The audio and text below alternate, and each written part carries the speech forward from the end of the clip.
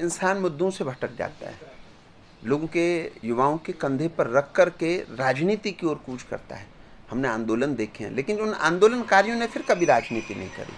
आप महाराष्ट्र में बाला साहेब ठाकरे जी को देखिए, आप अन्ना हजारे जी को देखिए, जिन लोगों ने आंदोलन किया, आपने उन्हीं आंदोलनकारियों ने फिर अंजाम दिया। बार बार आंदोलन करते रहे, आपने किसी मुद्दे को उठाया तो कम से कम किसी मुद्दे को तो अंजाम पर पहुंचाते।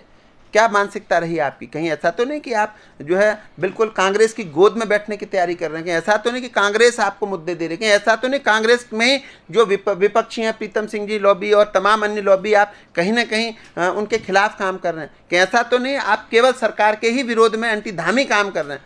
सरकार गलत कर रही है, उसका विरोध कीजिए, हम आपके साथ हैं। लेकिन आप जब किसी मुद्दे को उठाएंगे और उस पर पूरे लास्ट तक नहीं पहुंचेंगे तो जनता का, युवाओं का विश्वास आपसे उठेगा। और अब आप राजनीति की ओर आ चुके हैं तो आपको बेरोजगारी से, ये जो हमारा बेरोजगार संगठन है, से इस्तीफा देना चाहिए। एक अच्छे व्यक्ति को जो केवल बेरोजगारों की आवाज़ बने, जिनका राजनीति से कोई लेना देना नहीं। आप बागेश्वर गए, वहाँ चुनाव में आपको चुनाव नहीं लड़ना था, आपको वहाँ नहीं जाना था। आप डीजीपी एसएसपी साहब पे, देहरादून एसएसपी और डीजीपी अभिनव कुमार साहब पे बोला, आपने पुराने वाले डीजीपी पर तो नहीं बोला, जिनके समय पर बेरोजगारों पर लाठीचार्ज हुआ, अंकिता हत्याकांड जैसी घटनाओं पर जो है इतनी घटनाएं, उन्होंने कोर्ट में चार्जशीट लगा दी। आप अभिनव साहब के बारे में बोल रहे हैं, जिन्होंने कहीं ना कहीं कानून व्यवस्था को दिया। बाबा तरसेम सिंह हत्याकांड के बाद में तुरंत 10 दिन में ढेर कर दिया इन्होंने मुख्य आरोपी को। इन्होंने हरिद्वार एसएसपी रहते हुए इनके जो कार्य थे, इन्होंने अंग्रेज सिंह हत्याकांड, सुनील लाठी के खिलाफ जो इन्होंने कार्य करे, उसके अलावा इन्होंने तमाम जो जीवा गैंग का सफाया करा, उसके अलावा उन्होंने तमाम कई बड़े बड़े, दाऊद इब्राहिम के एक शार्प शूटर का इन्होंने एनकाउंटर करा। ऐसे कई सारे उदाहरण हैं। इन्होंने जो है सुशील मूछ के सबसे शार्प शूटर का एनकाउंटर करा, ढेर कर दिया।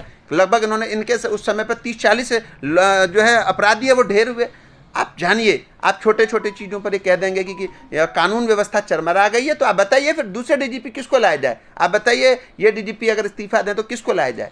और आप बताइए, इनके उस पर जो आप कह रहे हैं, इन्होंने जो मातृशक्ति के लिए जो कार्य किया, आप देखिए, एक इंस्पेक्टर था पंतनगर, उसने उनके एक महिला के साथ गलत बातचीत करी, उन्होंने तुरंत उसके खिलाफ, केवल उसको सस्पेंड तो करा, उसके खिलाफ मुकदमा भी लिख दिया। बताइए कि कौन सा डीजीपी ने कराया था? आप अच्छे अधिकारियों का मनोबल ना तोड़ें, आप हमारे युवाओं की धड़कन है, आप इसको बेरोजगारों के लिए कार्य करें, आगे बढ़ें और युवाओं को भी आगे बढ़ाएं।